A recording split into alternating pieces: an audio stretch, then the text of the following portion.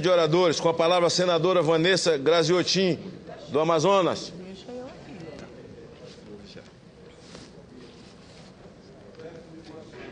Não tem, ela está falando como o quê? Como líder? Mas quem foi que falou antes um líder? Não, sempre a conta do dia inicia com um líder. Ah, inicia com um líder. Ah, tá. Aí depois? Depois a gente volta para a lista. Vamos ver.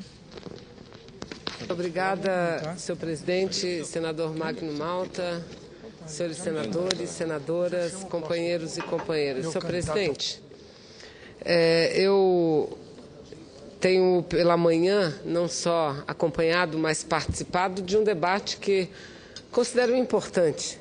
Um debate acerca do Bolsa Família, esse que não é só um programa de destaque no Brasil, mas é um programa que vem rendendo ao governo brasileiro muito reconhecimento internacional. Tanto que vários países, não só da África, mas países de todos os continentes, procuram vir ao Brasil, conhecer e ver do funcionamento do programa para também, em seus países, aplicá-lo. E quem traz e quem suscita o debate é exatamente a oposição, aqueles que, a princípio, criticavam o programa e, obviamente, que o debate vem à tona pela proximidade das eleições, pela proximidade das eleições nacionais para a presidência da República, governos dos estados e para o Congresso Nacional, Câmara e Senado. Eu penso, senhor presidente, que a forma como o debate é trazido ao Senado Federal talvez não seja a melhor forma até para a oposição, porque todo o debate gira em torno de duas proposituras apresentadas pelo senador do PSDB. Um dos projetos de leis visa garantir uma extensão do recebimento do Bolsa Família àquelas pessoas que já não estão mais contemplados nos critérios para se enquadrar no programa Bolsa Família. 6 meses, senhor presidente, para quem não precisa, é muito tempo. É muito tempo. Então, eu não vejo, eu particularmente, e foi pedido vistas, hoje não votamos na Comissão de Assuntos Sociais, na CAIS, deveremos votar semana que vem, mas eu tenho clareza que 6 meses é muito tempo, senhor presidente. E o outro projeto que apenas muda o programa de rubrica, passando o programa para LOAS, para a Lei Orgânica da Seguridade Social, que também não tem impacto absoluto, impacto nenhum, senhor presidente. Mas eu venho também à tribuna nesse momento aqui para prestar a minha solidariedade, não só como senadora, mas como no exercício da liderança, ao nosso companheiro senador Inácio Arruda. Senador Inácio, que realizando uma atividade que já é praxe de seu mandato, teve uma ação contra si, ocorreu uma ação contundente do Ministério Público do Estado do Ceará. A ponto, senhor presidente, que a direção do nosso partido, não apenas a direção, mas o conjunto da militância do PCdoB no Estado do Ceará, aprovou uma nota que foi dirigida a todo o povo cearense, senhor presidente. Uma nota que eu faço questão de ler dessa tribuna. Diz o seguinte a nota, que a direção estadual do Partido Comunista do Brasil no Ceará se dirige à sociedade cearense com a firme convicção de que se coloca na atualidade como fundamental, além do avanço das mudanças em curso, o aprofundamento das liberdades democráticas alcançadas em nosso país. O que exige ampla e intensa mobilização dos mais diversos setores sociais. Nesse sentido, os comunistas defendem um conjunto de reformas estruturais, com destaque para a reforma política, que amplie a participação da sociedade, assegure a existência de partidos consistentes, com ampla representação social e iniba a ação do poder econômico e a corrupção no processo eleitoral e na administração pública do país. Os parlamentares comunistas, diz a nota, sempre tiveram como norma prestar contas de suas atividades, independentemente do calendário eleitoral, numa demonstração de transparência de seus mandatos e de respeito ao povo brasileiro. Nesse procedimento, deveria ser obrigatório e rotineiro para todos os que recebem da população a responsabilidade de representá-la. Por essa razão, nos causou surpresa a descabida iniciativa da Procuradoria Regional Eleitoral ao mover uma representação contra o senador Inácio Arruda e o Partido Comunista do Brasil, PCdoB, visando impedir que o parlamentar divulgue suas atividades no exercício do mandato, inclusive determinando a suspensão da circulação da revista que apresenta a prestação de contas sob a alegação de que estaria promovendo propaganda eleitoral antecipada. O senador Inácio Arruda tem uma trajetória, presidenta senadora Ana Amélia, de 25 anos de atuação parlamentar nos níveis municipal, estadual e federal. 25 anos de dedicação parlamentar à ardorosa defesa do desenvolvimento do país e do Estado, em benefício dos amplos segmentos sociais e também na defesa dos direitos do povo brasileiro.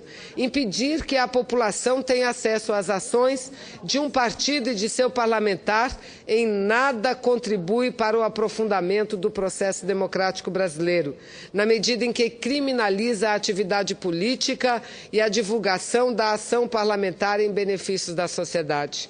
O PCdoB tem a convicção de que o sentimento democrático de nossa sociedade e as forças políticas sociais e progressistas rejeitarão esse cerceamento avesso à democracia, considerando que os partidos políticos e os mandatários do povo são essenciais e indispensáveis numa sociedade democrática, é que os comunistas expressam a sua confiança de que a justiça eleitoral, que tem um papel fundamental no cumprimento dos princípios constitucionais garantidores da liberdade de expressão e da atuação político-partidária, entre outros, não acolherá, em consonância com o direito e a justiça, a temerária ação da Procuradoria Eleitoral. Ou seja, o que aconteceu, senhoras senadoras, senhores senadores, senador Randolph, é que o senador Inácio Arruda, como faz em todos os seus mandatos, em todos os períodos, publicou uma revista prestando contas dos trabalhos que desenvolve aqui no Senado Federal. E fez um evento, como sempre faz, para divulgar esta revista. Pois bem, o Ministério Público Eleitoral no estado do Ceará não apenas impediu o senador Inácio Arruda de que continue distribuindo a revista Prestação de Contas, que nela não contém nenhuma forma de propaganda eleitoral, e determinou uma multa caso seja descumprido essa determinação. É por isso que nós precisamos deixar claro na legislação brasileira o que é e o que não é propaganda antecipada. Porque hoje aconteceu com o senador Inácio Arruda e amanhã com quem acontecerá? Ou será que isso acontecerá com alguns e com outros não, senadora Ana Amélia? Nós não podemos permitir que esse nível de conclusão chegue a uma subjetividade que possa comprometer, inclusive, não só a ação política, mas a ação do próprio Poder Judiciário. Eu sou senadora da República, também tenho como costume, a cada quadrimestre, divulgar um boletim onde, através desse boletim, eu faço prestação de contas do trabalho que desenvolvo. É óbvio, a legislação brasileira não nos permite que, alguns meses, 6 meses antes da eleição, a gente faça esse tipo de procedimento e muito menos utilizando recursos do próprio Senado Federal. Podemos utilizar fora de período eleitoral. Entretanto, nos anos eleitorais, nos períodos e nos meses determinados pela lei, isso não é possível.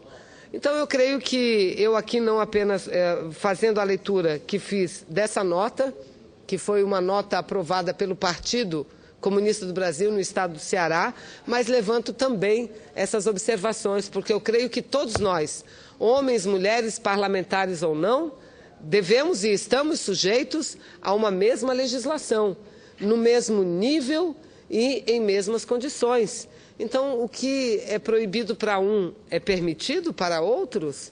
Ou será que só o senador Inácio Arruda é que costuma fazer prestações de conta de seu mandato parlamentar? Mas, enfim, eu quero concluir essa minha parte desse pronunciamento, senhora presidenta, reforçando a maturidade da direção estadual do partido no Ceará, que diz confiar na justiça eleitoral e que o que aconteceu certamente será devidamente esclarecido e que o senador poderá continuar a fazer, como faz todos os anos, a prestação de contas do seu trabalho no Senado em prol do Brasil e, sobretudo, do povo e do Estado do Ceará.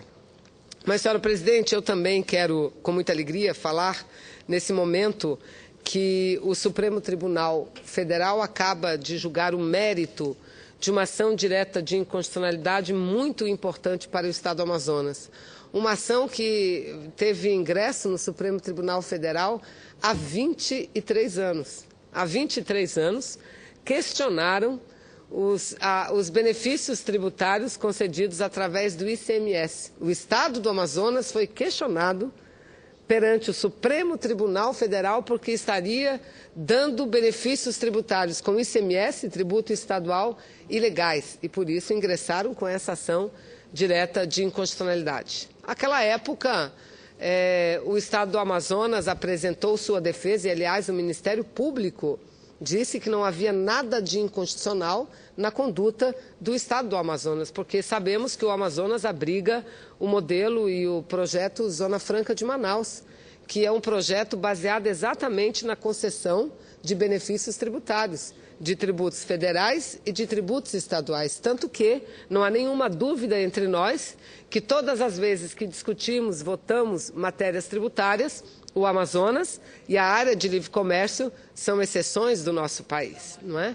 Mas há 23 anos, logo do ingresso dessa ação direta de inconstitucionalidade, foi concedida uma liminar favorável ao governo do Amazonas e considerando legal a concessão de benefícios a partir do ICMS. Mas uma liminar. E 23 anos depois, o Supremo Tribunal Federal reúne-se para julgar a matéria e a relatora foi a senadora, a relatora foi a ministra Carmen Lúcia, que deu um voto favorável ao Amazonas e que, por unanimidade, o mérito foi votado a favor do Estado do Amazonas.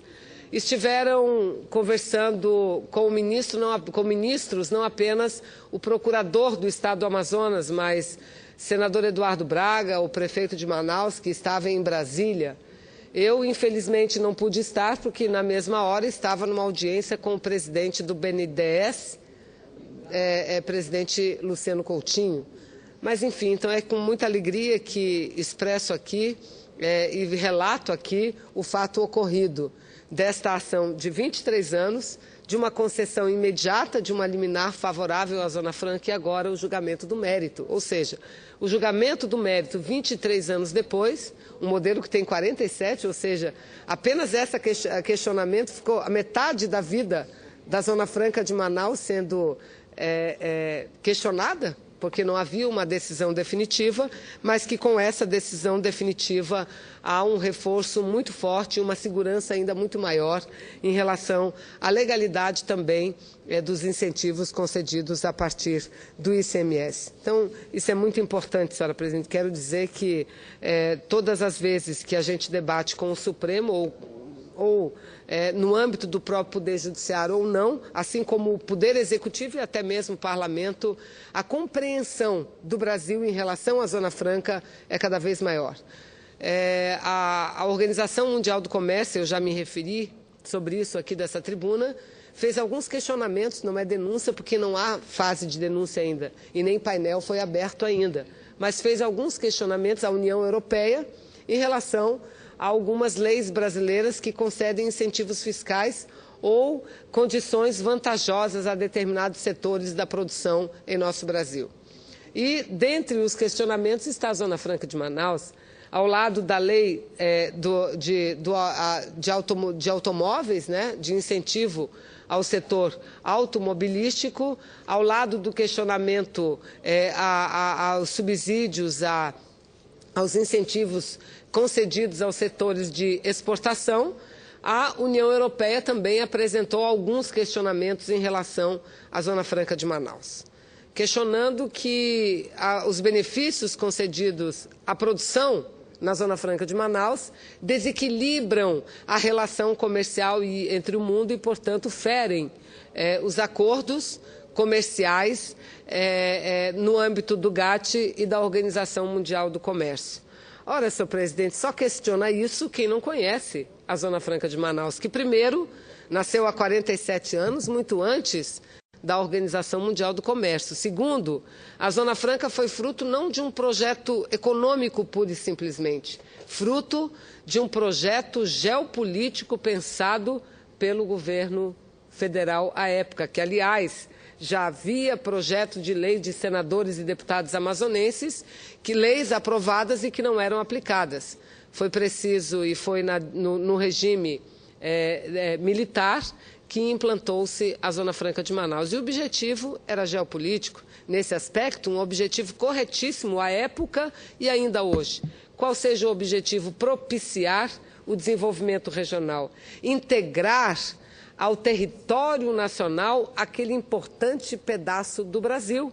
Este foi o objetivo. E os benefícios tributários concedidos têm como finalidade única e exclusivamente equilibrar os custos caso a produção se desse na região sudeste ou na região sul do Brasil. Ora, poderiam muito bem as empresas de televisores ou de motocicletas, senador Jaime Campos, se instalar em São Paulo, lá no meio e na efervescência do grande mercado consumidor do Brasil, que é um dos maiores mercados consumidores do mundo. Poderia estar lá, mas não. Abriu-se a Zona Franca agora para que o custo de produção compensasse na Zona Franca ou se igualasse, se aproximasse dos custos do sudeste do Brasil. Obviamente que eram necessários os incentivos fiscais. Então, os incentivos fiscais concedidos na Zona Franca de Manaus têm como objetivo cobrir as desvantagens comparativas que nós temos em relação a outras regiões do país.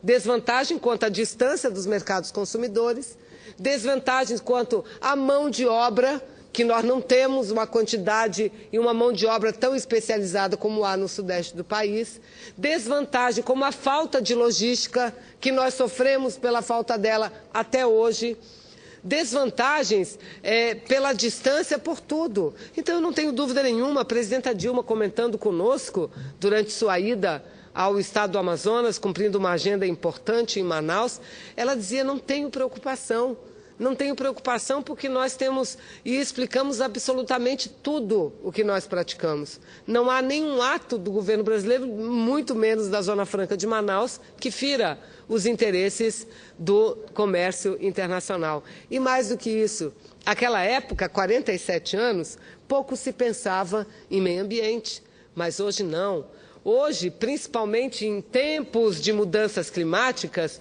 o meio ambiente passou a ser algo muito importante para a humanidade. Muito importante. Nós estamos assistindo mudanças climáticas e desastres naturais cada vez mais frequentes e cada vez mais fortes. E garantir a Amazônia preservada é garantir um mundo saudável, não só para os brasileiros, mas para os povos de todo o mundo, porque também está claro, cientificamente comprovado, que a Amazônia contribui e determina o regime de águas no planeta, senhora presidente. Então, quando existe uma Zona Franca que permite a preservação das florestas, e o Amazonas é o estado de maior índice percentual de preservação, esse é um benefício que o Brasil está dando não só aos brasileiros, mas ao mundo inteiro. Ao mundo inteiro. A Noruega, aliás, é uma grande financiadora, uma grande contribuidora para o Fundo Amazônia. Sabe por quê, senadora Ana Amélia? Porque a Noruega sabe, ou senadora Ana Rita, sabe por quê, senadora?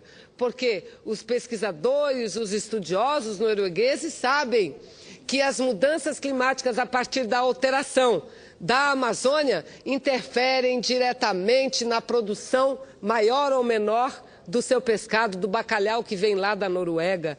Então é preciso entender